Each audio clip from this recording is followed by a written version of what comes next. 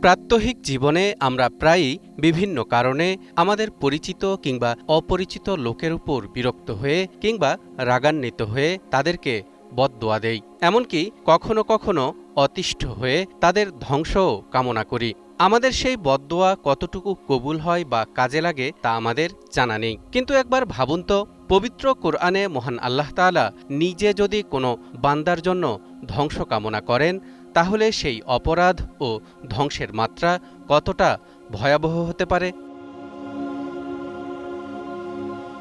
মহাগ্রন্থ আল কোরআনের বেশ কিছু স্থানে ওয়াইল শব্দের মাধ্যমে মহান আল্লাহ তাআলা তাঁর কিছু বান্দাদেরকে সতর্ক করেছেন। তবে এটি কোনো সাধারণ সতর্কবার্তা নয়, এটি মহাধ্বংস, লানত এবং চরম পরিণতির এক চূড়ান্ত ঘোষণা।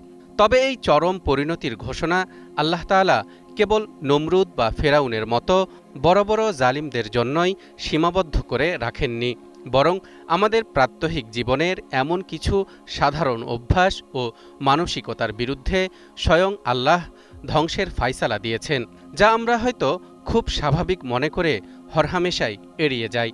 দর্শক, পবিত্র কোরআনের আলোকে আজ আমরা জানব এমন কিছু মানুষের কথা যাদের জন্য অপেক্ষা করছে সুনিশ্চিত ধ্বংস। ১. আল্লাহর সাথে শরিককারী। কোরআনের দৃষ্টিতে সবচেয়ে বড় অপরাধ হল শিরক। সূরা ফুসসিলাতের ৬ নম্বর আয়াতে ইরশাদ হচ্ছে, ওয়াওয়াইলুল লিল মুশরিকিন। ধ্বংস তাদের জন্য যারা আল্লাহর সাথে অন্যদেরকে শরিক গণ্য করে। ২. পরকাল অস্বীকারী। সূরা মুতাফফিফিনে প্রতিদান দিবসকে অস্বীকারীদের জন্য সরাসরি ধ্বংস ঘোষণা করা হয়েছে। ইরশাদ হচ্ছে, ওয়াইলু ইয়াউমাইযিন লিল মুকাযযিবিন আল্লাযীনা ইউকাযযিবুনা বিয়াউমিদ্দিন। ধ্বংস সেই সব অস্বীকারীদের জন্য যারা প্রতিদান দিবসকে অস্বীকার করে। ৩. কঠিন অন্তরের মানুষ। সূরা আজ-জুমারে বলা হয়েছে, যাদের হৃদয় আল্লাহর স্মরণে নরম হয় না, বরং জিকির থেকে দূরে থেকে পাষাণ হয়ে গেছে, তাদের জন্যই অপেক্ষা করছে চরম ধ্বংস। ইরশাদ হচ্ছে, ফাওয়াইলুল লিল কাসিয়াতি কুলুবুহুম মিন যিকরিল্লাহ উলাইকা ফি যালালিম মুবিন।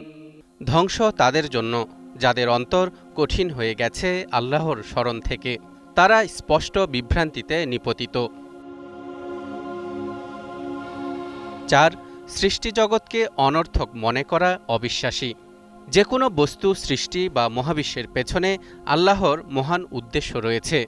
যারা মনে করে এই আসমান জমিন অনর্থক সৃষ্টি করা হয়েছে, সূরা সওয়াদে আল্লাহ এই মানসিকতাকে কাফেরদের বৈশিষ্ট্য বলে চিহ্নিত করেছেন এবং তাদের পরিণাম হিসেবে জাহান্নামের ধ্বংস নির্ধারণ করেছেন। ইরশাদ হচ্ছে, ওয়ামা খালাকনাস সামাআ ওয়াল আরদা ওয়ামা বাইনাহুমা বাতিলা যালিকা যান্নুল লাযীনা কাফারু ফাওয়াইলুল লিল্লাযীনা কাফারু মিনান নার। ধ্বংস ওই সকল অবিশ্বাসীদের জন্য যারা ধারণা করে আসমান, জমিন এবং এ দুয়ের মাঝখানে যা কিছু আছে আল্লাহ সেগুলো অনর্থক সৃষ্টি করেছেন। ৫. আল্লাহ সম্পর্কে মিথ্যা রটনাকারী। সূরা আম্বিয়ায় সতর্ক করা হয়েছে, যারা আল্লাহ সম্পর্কে মনগড়া, অনর্থক ও মিথ্যা কথা বানায় তাদের উপর ধ্বংস নেমে আসবে। ইরশাদ হচ্ছে, বাল নাকযিফু বিল হাক্কি আলাল বাতিলি ফায়াদমাগুহু ফাইযা হুয়া যাহিক ওয়া লাকুমুল ওয়াইলু মিম্মা তাসিফুন। বরং আমি সত্যকে মিথ্যার উপর নিক্ষেপ করি, ফলে তা মিথ্যাকে চূর্ণ বিচূর্ণ করে দেয় এবং তৎক্ষণাৎ মিথ্যা নিশ্চিহ্ন হয়ে যায়। আর ধ্বংস হোক ওই সকল লোকেরা যারা আল্লাহ সম্পর্কে অযথা মিথ্যা কথা বানায়। 6. দুনিয়াকে আখেরাতের উপর প্রাধান্য দানকারী। সূরা ইব্রাহিমে বলা হয়েছে, যারা ক্ষণস্থায়ী দুনিয়ার স্বার্থকে আখেরাতের চেয়ে বেশি গুরুত্ব দেয় তারা ঘোর বিভ্রান্তির মধ্যে ধ্বংস হবে। ইরশাদ হচ্ছে, ওয়াওয়াইলুল লিল কাফিরিন মিন আযাবিন শাদীদ الذين يستحبون الحياة الدنيا على الآخرة ويصدون عن سبيل الله ويبغونها عوجا أولئك في ضلال بعيد। ধ্বংস ও কঠিন শাস্তি ওই সকল কাফেরদের জন্য নির্দিষ্ট যারা পরকালের তুলনায় দুনিয়াকে অগ্রাধিকার দেয় আর আল্লাহর পথে চলতে লোকদেরকে বাধা দেয় এবং তাতে বক্রতার সন্ধান করে। তারা ঘোর বিভ্রান্তিতে রয়েছে। 7. দিন বিক্রি করে অর্থ উপার্জনকারী। নিজের হাতে কিতাব বা ধর্মীয় বিধান লিখে এটি আল্লাহর পক্ষ থেকে এসেছে বলে চালিয়ে দেওয়া এবং সামান্য পার্থিব স্বার্থে তা বিক্রি করা মানুষদের জন্য সূরা বাকারাতে কঠোর হুঁশিয়ারি দেওয়া হয়েছে। ইরশাদ হচ্ছে, ফাওয়াইলুল লিল্লাযীনা ইয়াকতুবুনাল কিতাবা বিআইদিহিম সুম্মা ইয়াকুলুনা হাযা মিন ইনদিল্লাহি লিয়াশতারু বিহি সামানান কলিলা ফাওয়াইলুল লাহুম মিম্মা কাতাবাত আইদিহিম ওয়া ওয়াইলুল লাহুম মিম্মা ইয়াকসিবুন। সুতরাং ধ্বংস তাদের জন্য যারা নিজ হাতে কিতাব লেখে, তারপর বলে এটি আল্লাহর পক্ষ থেকে, যাতে তা তুচ্ছ মূল্যে বিক্রি করতে পারে।